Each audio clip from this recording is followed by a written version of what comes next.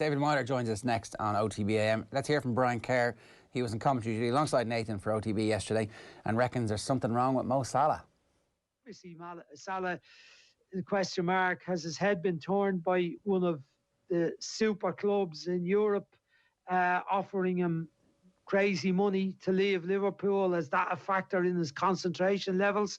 I don't know, but he's certainly not as efficient in his taking the goal scoring opportunities as he was, and neither is Mane or Firmino. But there may be a level of burnout to a degree with them as well. There's so much pressure. Any sort of a challenge match for them, a match that Klopp sees that it could be difficult for them, he always plays those front three. It's not like there's 4 for 3. It's not like it's Shaqiri or one of the other 3. Shaqiri hasn't been involved. Origi hasn't been involved. Minamino hasn't been involved. The one is Jota. And unfortunately, Jota got hurt so many matches ago that he doesn't give any of them an opportunity to be rested, or neither is he there to put pressure on one of them for their place. Yeah, so that's Brian Kerr speaking yesterday with Joe. David Meyler, good morning to you. How are you? Good morning, Joe. You had fairly similar queries. You tweeted yesterday, thoughts on Salah's performance? Something's not right with him at the moment. What is it? To be honest, I don't know. Obviously listening to Brian there, you wonder if that's true with the transfer speculation. Has his head been turned? Look, of course, he's won the Premier League and the Champions League and the World Club Cup. Maybe he's looking for a new challenge. I don't know, but he certainly doesn't look, in the last 3-4 games, the Mo Salah that, a lot of Liverpool fans are well used to. He's still top scorer in the Premier League, but he just, I know he's one of those players that, I think if I was playing with them, it's like you love him or you hate him at the time during a game. There's a lot of times the ball goes into him, he gets hold of it, he tries to get turned, and then he turns over possession. He'll do that 3-4 times, and on other occasions he'll get the ball, he'll kind of skip by someone, stick in the top corner from 30 yards. You think like, wow, like that's the Salah we know. And at the moment, it's not just Salah, I suppose. All the front three of Mane, Firmino and Salah aren't playing, to the level that we're used to seeing them. And it is a concern, of course. Jota coming back would be a massive plus because he'll put the pressure on them. But at the same time, he's now going to, he's been out 2-3 months. So what level, how long is it going to take him to get back up to speed to be at the level he was at? But look, it could be a case of burnout. Of course, look, somebody, as you said there, I did put it out on Twitter. Somebody mentioned that 2 of the 3 of them had COVID. We don't know if it's had long-term effects on them, that, they're still getting back up to the full speed that we know that they can get to. But it certainly is a concern for Jurgen because they have been the match winners for Liverpool for the past 2-3 seasons, and at the moment they're not firing. About 2 months ago we talked a good bit about Firmino, and that was when he was scoring the goals, and it was like, I know, imagine what's going to happen if he continues to do this. But his goal scoring has dropped off. His decision making seems to have dropped off a little bit as well. Yeah, like a couple of times.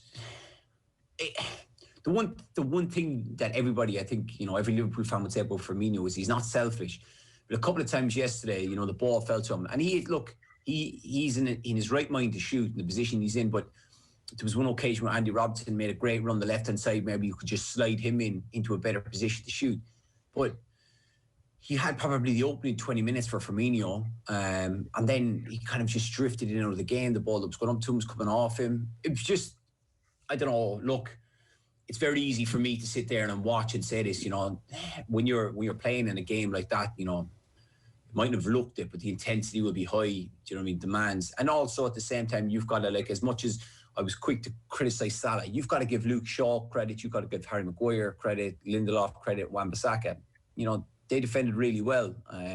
They frustrated them. Anytime the ball kind of went forward, they were able to nullify their attacks. So there is a bit of a case of that as well, that, Manchester United defended really well, and they deserved their clean sheet. Liverpool didn't do enough to score, and they didn't create enough chances.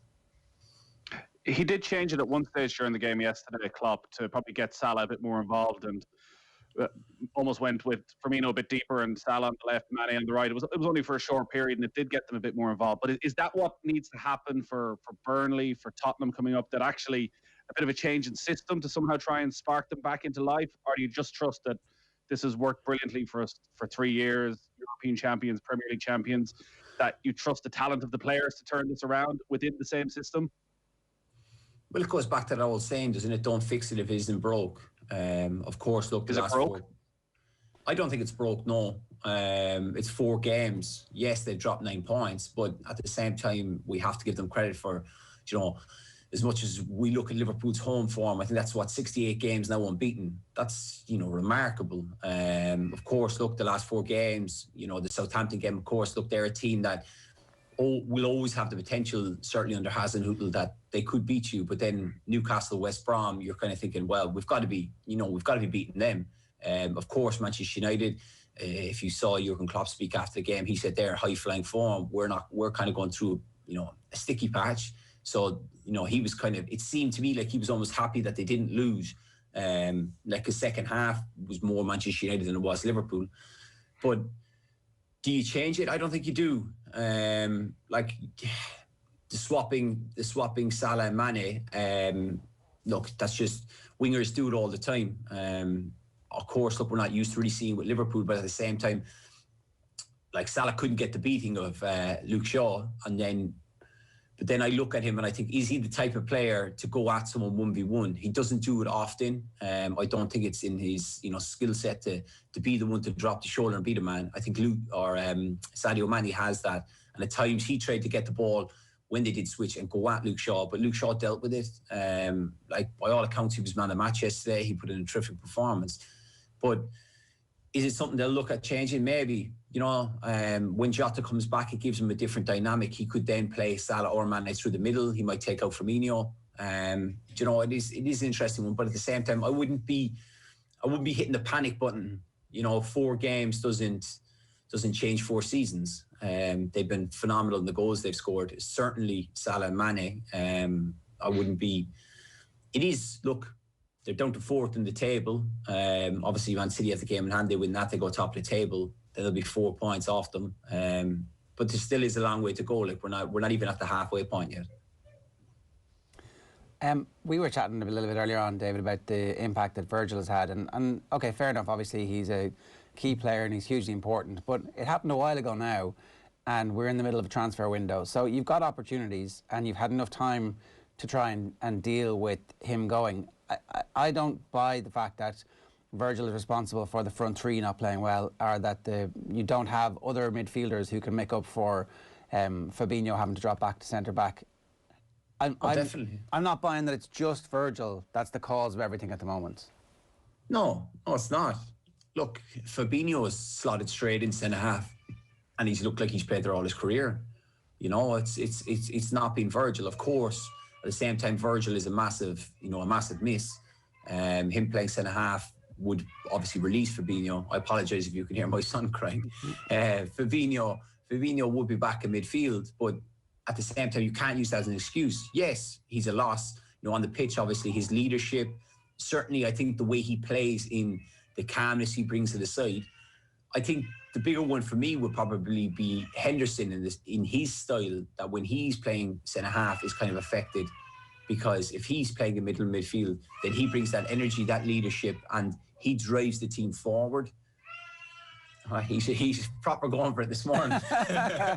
He's that upset about the 9 points dropped in the last 4 games. Look, this is happening to all of us all the time at the moment, so we don't mind that whatsoever. I know, and the worst thing was I just spoke to my wife 30 seconds before, and I said, right, I'm going live there now in a minute.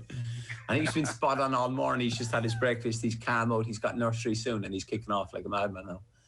It happens to the best of us, I think. I think everybody feels it too at the moment. On the point of Henderson, right? Are neither of the kid centre backs good enough to baby through 90 minutes against United at the moment?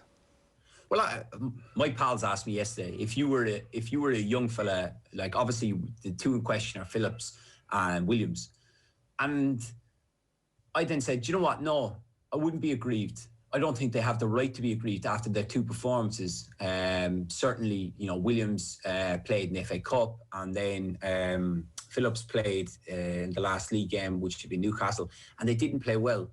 The distribution on the ball was poor. And then I was saying, you don't have a right, because if you were to go to the manager and feel like, look, you're dropping in a midfielder. Of course, look, forget about Henderson being captain and the experience he brings to the team.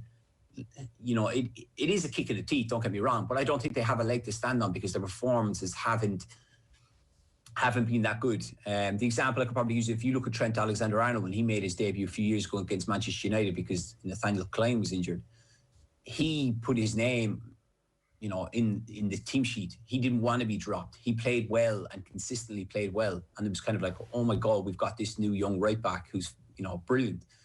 These two lads haven't hit, you know, of course, look, on their debuts in the games of the Champions League or whatever, they played well, but they've not really stamped their authority in the side that they look like they're a seasoned professional ready to go. So I wouldn't, it is tough on them, but at the same time, I don't think they have the right. And that's the demands that come with a team like Liverpool, that, you know, you've got to be at your very best all the time. Of course, somebody would hit me with the argument, yeah, the front three aren't at the best, but I think they've enough credit in the bank over the last 3-4 seasons of what they've done and what they've achieved that they can afford to have 2-3 games off. Nathan, your argument a little bit earlier on, what difference would it have made to have Henderson in the middle of midfield yesterday? Nathan? You're asking me, you're asking David? Yeah. I think that he has set the tempo in every big game that Liverpool played last season, whether it was United, Tottenham, that in these 100-mile-an-hour clashes, that he was the one who drove Liverpool forward, that I thought yesterday Thiago was brilliant, but a lot of it was quite deep at times, a lot of it was sideways, and actually Henderson is the one who brings them 10 yards further up the pitch, and the pressure just becomes incessant, wave after wave. The teams can't hold out for that long, and that while Shaqiri played well and is a more creative midfielder, that in those games where it is frantic, that Henderson, that seems to be where he's at his very, very best. Listen, he did really well yesterday at centre-back, didn't put a foot wrong. But for the way Liverpool want to play with the calmness of Thiago and his passing ability, you actually need the other side of Wijnaldum and Henderson as well in those type of matches that Shaqiri's never going to be able to provide. I don't think anyone else in that Liverpool midfield can provide what Henderson does. So I'd agree. I think with the way he plays, like, you've got three different types of holding midfielders in Henderson, Thiago, and Fabinho. Of course, look, Fabinho probably is going to play centre half the rest of the season, but when Henderson plays in the middle, it is that energy he brings. And as Nathan said, when it is frantic, he's the one that's kind of flying around, just nicking the ball and keeping them ticking over. Like, Thiago is an exceptional ball player. There's no doubt in that. He's a world-class midfielder. But at times you just see him, he kind of gets on the ball and it's flamboyant. He wants to, you know, try and pull off that incredible pass. Yeah, for the opening 20 minutes, 25 minutes, he ran the complete game. Then he drifted out of it where it became, as Nathan said, it became frantic. It was up and down. If you look at, you know, just the last kind of 5-10 minutes of half time, it was kind of like a bit of a basketball game. And certainly second half, Manchester United going into the game. I think with Henderson in there, he brings that energy. The massive thing he does is he allows the fullback, to get forward. It's the way he covers Trent Alexander-Arnold. He is massive to Trent in the way he plays. So that when Jordan can obviously cover over, it allows Trent to get that extra 5, 10, 15 yards higher, where then he is in those dangerous places. At times there, Nathan's talking about he's playing sideways.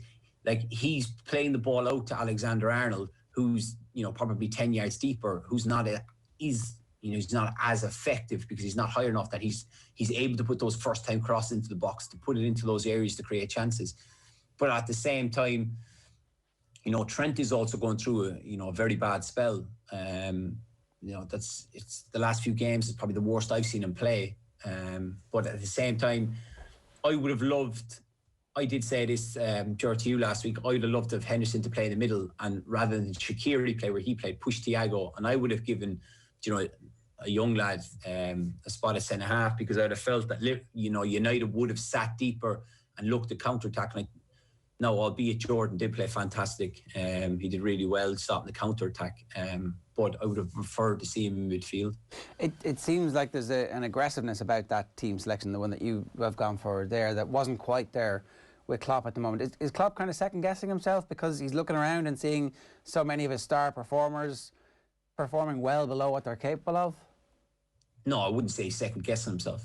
like if you think about it, he brings Shaqiri in, who's not started a game since December 2019 in the league. I thought Shaqiri for the hour, whatever it was, 65 he played, I thought he did really well. He did look like the one who could probably unlock the defence with a cute through ball or whatever.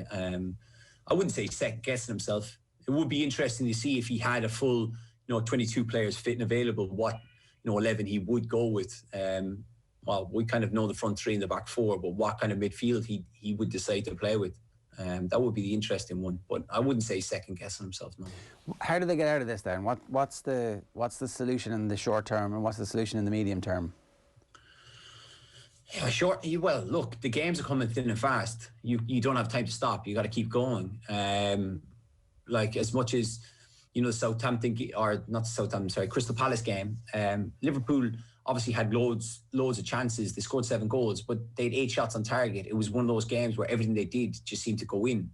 It's almost like everything up until the final third is brilliant, and then it's that last pass or that little bit of spark or that bit of magic where someone can drop his shoulder and create half a yard of space to shoot. If you looked at Harry Kane's goal yesterday, once Sheffield United turn over the ball, it's popped into him. He's got his back to play. He can shrug off the man, create a yard, and it's like bang, it's a goal. That's what the Liverpool front three aren't doing. Even if you looked at Firmino's chances yesterday, he's not striking the ball cleanly in those areas. The other one with Salah, where it falls and he's kind of tussling with Maguire. On another day, that falls and he can get it onto his left foot and he's getting a shot, clean shot off on target. But in the games that they've played, yeah, they haven't played great, but you have to, we're quick to point out that they're not firing at, what we're used to. But, Manchester United yesterday defended really well and they did make it tough for Liverpool. So there's a bit of you've got to give them credit. United. No, absolutely. I guess if it was just the United performance, you would do that. But it's the fact that it's all those other games in over recent weeks against definitely inferior sides. The West Broms of this world, where we do expect it. And the Burnley game is going to be all of a sudden very interesting. We've talked about this already this January, and you said your dad was like, "Look, go out and sign whoever." Have you? Where are you now on the sign somebody to try and save the league title? Tough one, because obviously when we were speaking about that, we were talking about a centre half, but Liverpool have showed that they don't really need a centre half. They're more than able to go with Firmino and Henderson. Obviously, we've got the 2 young lads. Matip, they're saying, will return to training today, tomorrow. I think the Manchester United game came too soon for him, so I think it's a case of they probably don't need one. I know people have said, Liverpool need to sign one to win the league, but it's just if you're going to sign a player now, you're kind of looking at, can we get a young and upcoming forward or something? To be honest, I don't know. I don't know what Liverpool miss. I think it's probably strength and depth where you have someone to push the front three. Of course, that is Jota, and look, he's on his way back. We don't know when he'll be back, but I wouldn't expect Jurgen to really sign anyone at the moment to kind of to push the front three. It's a case of, I think if he's going to do business, it's going to be someone who's definitely going to improve the squad, but it's not going to be a panic buy, or it'll probably more than likely be one for the future. All right, David, good stuff. Thanks a million. Cheers. Cheers, guys. That's David Meyler giving us some thought there this morning. A reminder, of course, OTB AM live in association with Gillette. Good morning, Star with Gillette, giving you the confidence to tackle the day ahead.